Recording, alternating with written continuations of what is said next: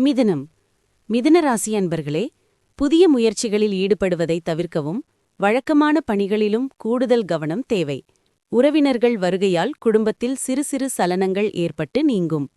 பிள்ளைகளால் தேவையற்ற செலவுகள் ஏற்படும். பிற்பகலுக்கு மேல் சோர்வு நீங்கி உற்சாகமாக காணப்படுவீர்கள். அலுவலகத்தில் பணிச்சுமை அதிகரிக்கும். பணிகளை சக ஊழியர்களிடம் ஒப்படைக்காமல் நீங்களே செய்வது நல்லது. வியாபாரம் சுமாராகத்தான் இருக்கும். சந்திராஷ்டமம் இருப்பதால் திடீரென்று எதையோ இழந்ததைப் போல் இருப்பீர்கள். நன்றி மறந்த சொந்த பந்தங்களை நினைத்து வருத்தப்படுவீர்கள். வியாபாரத்தில் வேலையாட்களிடம் விட்டுக் கொடுத்து போவது நல்லது. உத்தியோகத்தில் சின்ன சின்ன இடர்பாடுகளை சமாளிக்க வேண்டியது வரும். நேர்மறை எண்ணங்கள் தேவைப்படும் நாள்.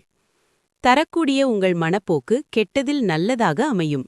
ஏனெனில் சந்தேகம், ஊக்கமின்மை, நம்பிக்கை குறைவு, பேராசை, ஈகோ, பொறாமை போன்ற கெட்டவற்றிலிருந்து விடுபடுகிறீர்கள். இந்த ராசியின் இன்றைய பெரிய வணிகர்கள் பணத்தை மிகவும் சிந்தனையுடன் முதலீடு செய்ய வேண்டும். மாலையில் நண்பர்களுடன் இருப்பது நல்ல மகிழ்ச்சியை தரும். விடுமுறை திட்டமிடலுக்கும் நல்லது. ரொமான்டிக் உணர்வுகளுக்கு எதிர்பலனும் இன்று கிடைக்கும். நீங்கள் துறையில் நன்றாக உணரும் அந்த சிறந்த நாட்களில் இதுவும் ஒன்றாகும்.